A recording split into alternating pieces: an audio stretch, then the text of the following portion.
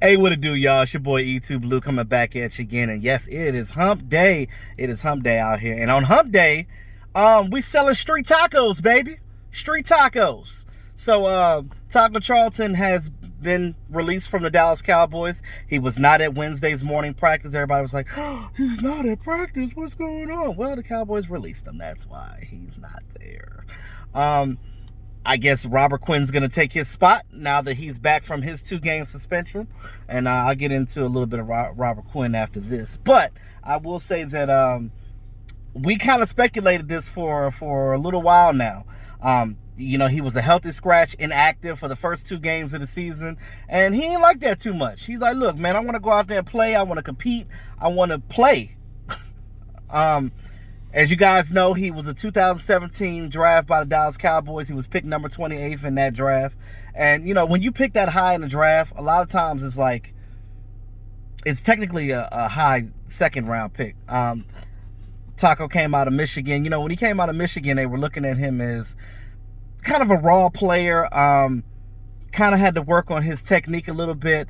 But definitely a good player, somebody that could do something, but he was just raw. His motor was, halfway. It's like he'll show some flashes and then he'll disappear.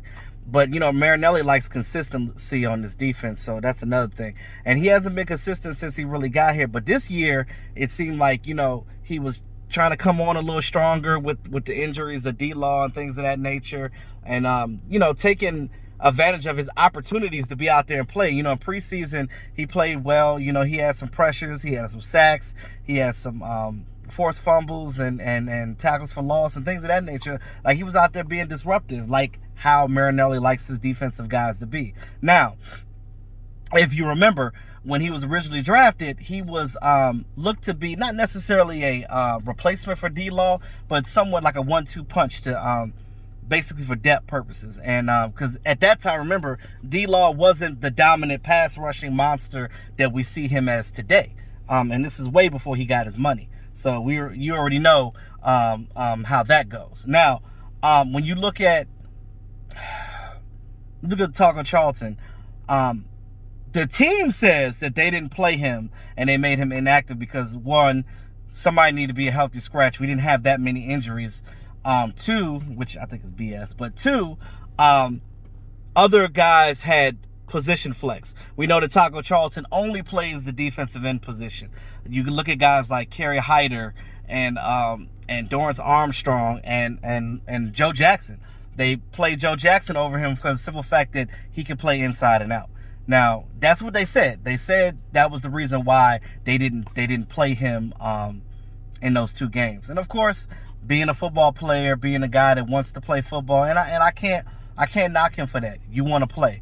But me personally, I'm not going to say that I want to be released. Me personally, I'll be like, I'm going to go out here, I'm going to show you guys that I could play and that I could be out there and I could show consistency and that you're going to want me on this field. That's what a man does.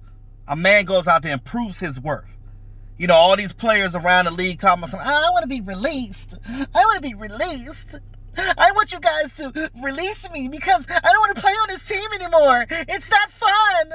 It's not fun. It's not fun because we're losing and we suck. Come on, man. Come off of that. Come off of that.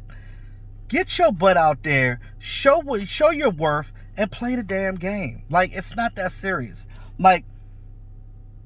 Play your butt off. You get paid to play the game, so play.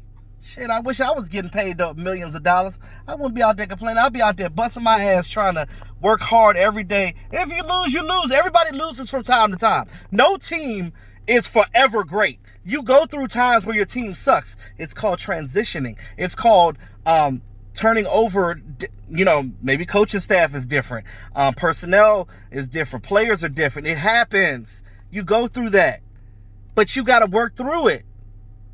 I want to be released. I don't want to be here anymore. Be a man. Be a man and play the game. But that's just me. I'm older than these guys, so my mindset is a little different anyway. So it is what it is. I'm not gonna sit here and complain about stuff like that. But I will say that what I do agree with him on is like, you could have just came to coaching staff like, look, hey, what's the issue? Blah, blah, blah. Because you were part of the Hot Boys. You were, I guess, from what I hear, one of the creators of the Hot Boys, him and D-Law. But I'm like, now you're going to be blackballed by your own teammates, because your teammates looking at you like, bro, we out here to play, man. Like, what you talking about? You want to be released? Free me, bro. Yeah, free his ass. Get him on out of here. He's released. He's gone. It is what it is. Now, he ain't gonna clear waivers. I'm gonna tell you, he's good enough that another team. It's a lot of teams right now that need people. He might. You know what's funny? What if he gets picked up by the Dolphins? Woo, that'll be crazy. You went from a 2-0 team to an 0-2 team that just gave up on their season. If he get picked up by the Dolphins, that will be hilarious. And he might, and whatever team he'll play for, they're obviously going to pick him because they need that position. So he's more than likely going to start, and he's going to be happy because he's playing a lot. But then he's going to be like, well, damn, we ain't winning. So it's back to square one, bro. You're going to be right back in the same boat you were before, It is what it is. I mean, why break up the monotony and the camaraderie that you had with your former teammates to go to some BS and do that? Like, who does that? But it is what it is.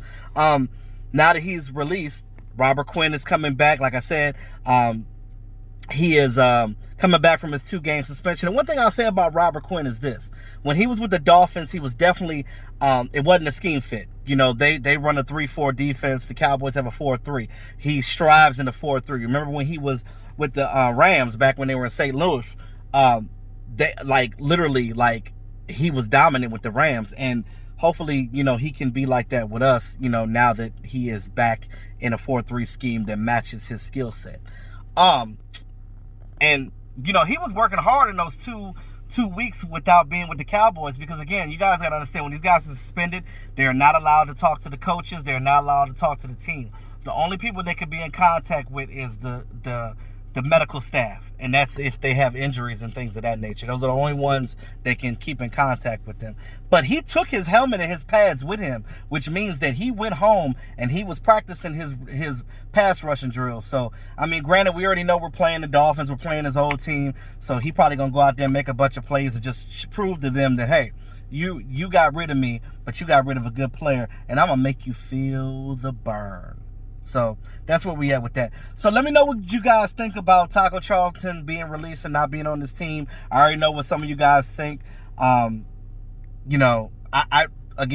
he was a first-round pick. The Cowboys normally don't give up on first-round picks. They never really do.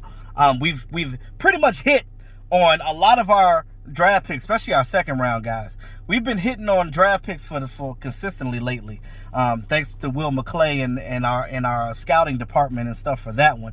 But again, you can't hit on every one. You really don't know a guy's, not necessarily his playing ability, because Taco can play. It's more about the mindset and their work ethic, because they say that his work ethic inside the locker room wasn't that great either. He was always a complainer and somebody that wasn't always ready to just come in and go to work. As much as we talk about Ezekiel Elliott and stuff off field, when he's on field and he's all business. You could never question Zeke's ability and his work ethic when it comes to being with the Dallas Cowboys. And one thing I can say good about Jason Garrett is he gets these players right. And if you ain't right, that's it. And the players give in to what Jason Garrett says. We talk about him clapping on the sideline all the time and not being the aggressive coach that we want him to be. I get irritated with his conservative nature as well too. But again, these guys still play for him. They love to play for him, and I gotta respect that for that matter. But again, let me know what you guys think about Taco Charlton being released. It is what it is. I wish him luck. But like I said, he ain't clearing waivers. Another team going to pick him up. So I'm going to be looking for that news to come out for whatever team picks him up. But till then, y'all, it's your boy, your E2 Blue, always keeping it real. Subscribe, like, share, comment. It's your boy, E2 Blue, always keeping it real.